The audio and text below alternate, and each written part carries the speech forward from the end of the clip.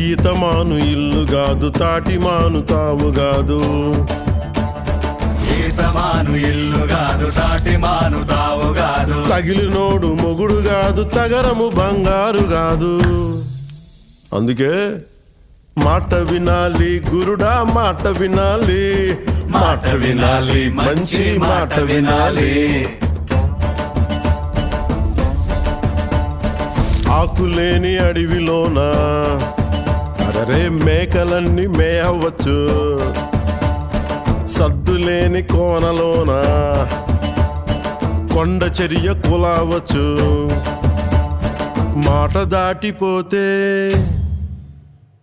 మర్మము తెలియకపోతే,